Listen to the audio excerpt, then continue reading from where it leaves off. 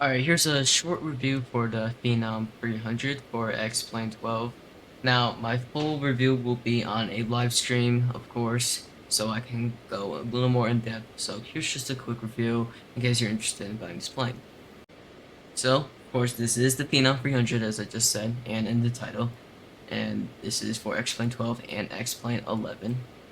And this is a pretty fairly good aircraft. For I got this for $32 on the X-Plane store before the Memorial Day sale.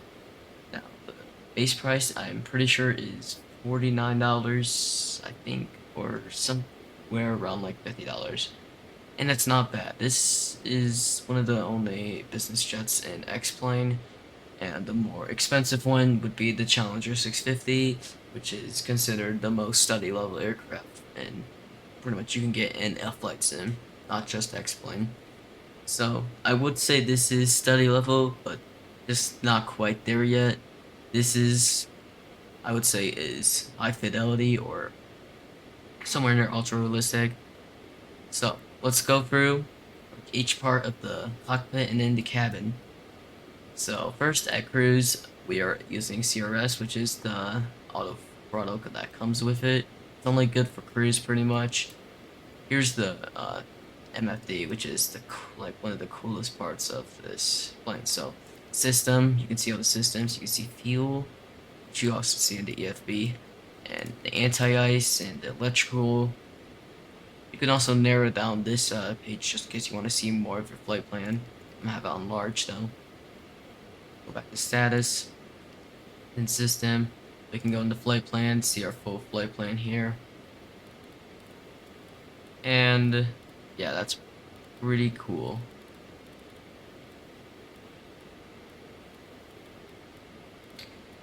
Okay, and just get out of that, and the range is pretty cool. Now, the nicest part is the keyboard for entering your next waypoint, which I love. This aircraft's a little wonky on VNAV, but I rarely use it. I just used vertical speed for descent. Now, into the cabin, we can have these screens up or down for the virtual passengers. If there's one sitting right here, they can look up and see our altitude.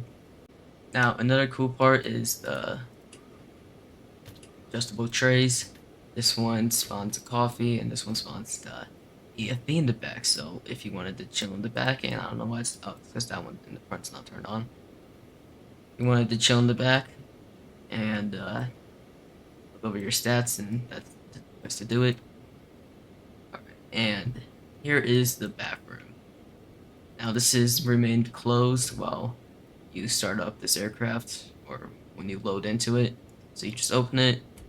You can see kind of what looks like a mirror. And here's the sink. It turns on, and there's sound. So you just gotta wait for that done animating. And then you can close the blinds. Of course, you can do that in every single window here. And here's the toilet. You can also flush it. Now, cool thing about this, I think I already said it, but DRAM, not heavy at all. I think this is using, I have to check actually how much it's using, but I have experienced no like texture, blurriness, or anything like that. Only if you zoom really in, you'll see a bit of it, but if you have an 8 gigabit card, then this is a really easy plane to run. So I thought this would be a lot like the CRJ 900 or that flagship, but it's not, and it's great, and I can run everything smoothly. And FPS limit, oh, what's going on with my throttle? The FPS limitation is that bad. I haven't experienced any FPS like issues yet. Hopefully, that's pretty much it to this plane. It's a good plane if you wanna uh, spend a small amount of money on it, then you should go for it. If you're a fan of business jets, this is definitely a must buy. And if you're a fan of modern business jets, this is a must buy. I feel like this has a lot more than the Citation X, but this is a lot slower. Now, what I saw, the my cruise speed is 389, and it can go up to like 490, I think. And in the Citation, you can go up to like 500 or 600. This is not the fastest jet, but it's also one of the most modern jets, to be honest. With the synthetic PFD right here. So here's the EFB, which is the last part of our little tour here. And the ground, you can control all. Well, I have to show this on ground to give a review on it. And you can basically open all these doors, open the fuel panel, camera to the fuel panel. You can fuel from there, or you can turn on, you can start from the GPUs or ground power unit. Now, for fuel, you just turn the slider to your block fuel and then you click balance and it will take care of all that for you. The V speeds, you can have it automatically do it for you, or you can uh, do it manually. Options, which I haven't explored this page yet. Keep in mind, I did get this plane yesterday, so yep, there's that. Sounds, you can mess around with the sounds from the EFB instead of going into settings, which is pretty nice for streams actually. Um, and Abby tab, of course, yeah, Abby tab, then here you go. And that's gonna conclude our tour. And of course, the last part is the outside. It is a very sharp aircraft with this livery. I like to use it when flying across a